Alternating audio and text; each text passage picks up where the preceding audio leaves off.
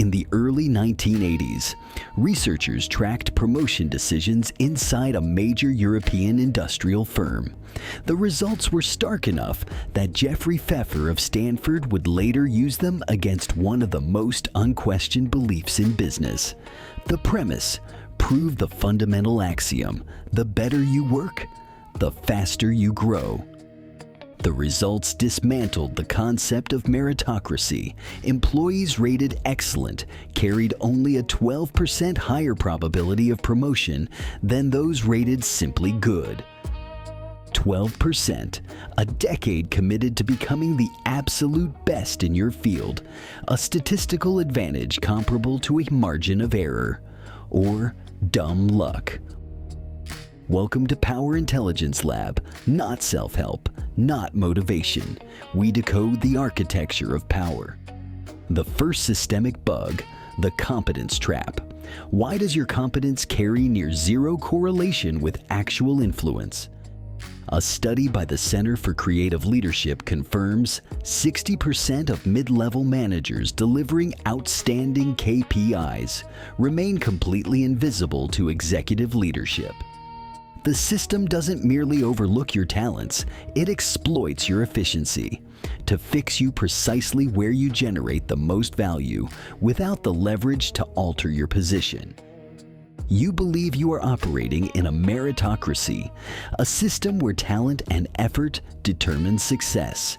In reality, you are operating inside a system of calculated invisibility. The just world hypothesis is the trap.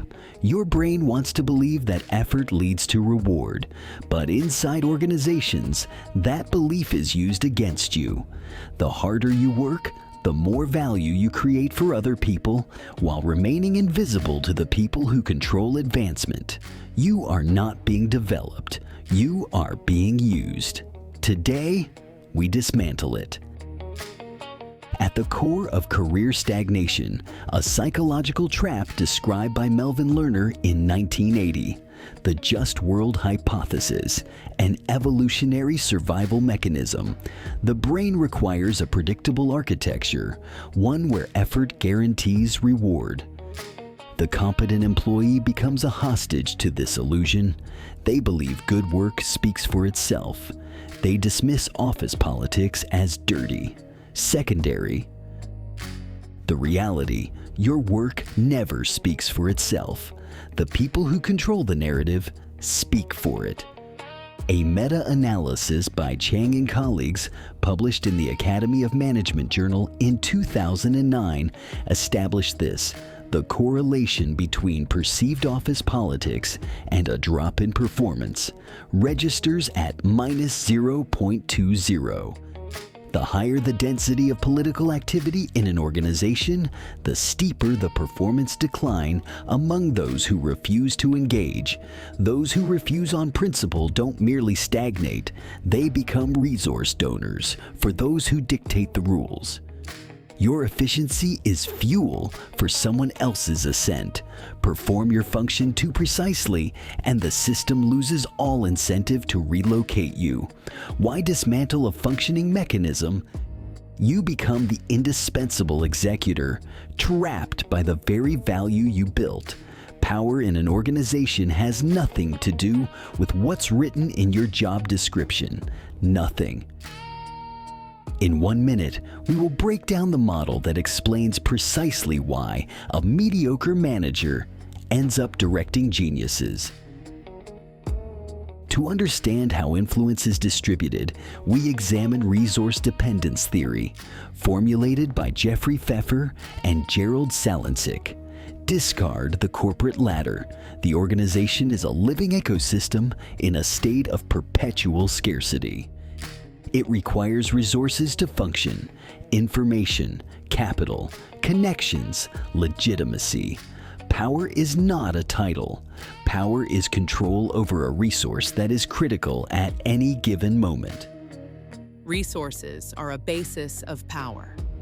Power and resource dependence are directly linked. Jeffrey Pfeffer and Gerald Salinsik, 1978. If you are the department's top programmer, you hold the expertise resource. But if the company is saturated with product and starved of clients, that resource collapses in value. Power transfers immediately to whoever controls market access. Your power formula contains 3 variables. First, resource criticality. How severely does the company bleed without it? Second, uncertainty control. Can you predict or prevent a crisis others cannot detect? Third, substitutability. How quickly can you be replaced? Competent people make a consistent, fatal error.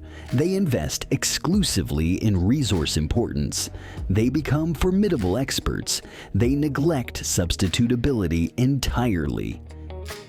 A 2021 study by Hansen and colleagues in the Journal of Applied Psychology confirmed an upward trend in performance predicts promotion far more reliably than a sustained high level of performance. The system prefers the growing mediocre over the stable genius, predictable, controllable. Consider the declassified CIA archives. Intelligence analysts frequently hold more accurate data than field operatives, but the operatives control access to the source, the primary resource. I find it painful when public debate lessens our usefulness to the nation by casting doubt on our integrity and objectivity. If we are not believed, we have no purpose. Richard Holmes, Director of Central Intelligence, testimony before Congress. Fokker confirmed this empirically. Individuals driven by power motivation consistently outperform achievement-driven individuals in promotion rates. The achiever focuses on executing the work. The power-oriented individual focuses on making the work of others dependent on them, not cynicism, structural logic. Now, the real world. From the architect of New York City to the institutions of Wall Street, how controlling critical resources transforms complete outsiders into structural gods. The most instructive historical case, Robert Moses, from 1924 to 1968, 44 years, the most powerful figure in New York. He never won a public election, not one. So where did the power originate? He directed the authority that administered toll revenue from bridges and tunnels. While politicians contested voter approval, Moses controlled a cash flow of $500 million annually, entirely independent of the city budget. With that capital, Moses built 600 miles of highway and 15 bridges, reshaping the entire region. He bypassed city councils, overrode local opposition, and built an infrastructure empire that outlasted governors and mayors. His power did not come from expertise. It came from control over money that politicians could not touch. Forward to 2025, the promotion process to managing director at Goldman Sachs, known as cross-roughing, remains the most fortified mechanism in global finance. You could generate hundreds of millions for the bank, openly lobby for your own promotion, and you are finished. There usually has to be a story. It's really considered bad form to openly lobby for it, as described by former Goldman Sachs executives. How does it work? You structure deals so other division heads can claim part of the win. You create conditions where senior partners discover your contribution instead of hearing about it from you. Your resource is not the revenue itself. It is the belief that your value was discovered independently. Tread carefully. This path carries a structural failure mode, the inverse case.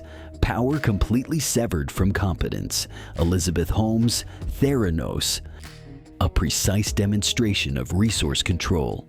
She monopolized belief and social capital. Henry Kissinger and James Mattis held seats on her board. But her resource was purely reputational. When the Wall Street Journal began questioning the technology, there was no substance behind the story, only perception left to defend. Investors lost billions.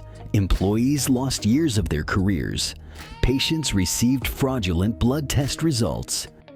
The architecture of power she constructed was so dense that no technical question was permitted to surface. Holmes was a power architect, a scientific fraud. The outcome, prison. Power without competence is a parasite, one that systematically destroys the host system it occupies. We are not here to produce another Holmes. We are here so your legitimate competence finally acquires the leverage it has always lacked. You are watching this thinking, I am not Moses.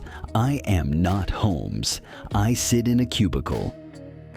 Your power audit begins right now. 2 questions can start restructuring your position by tomorrow.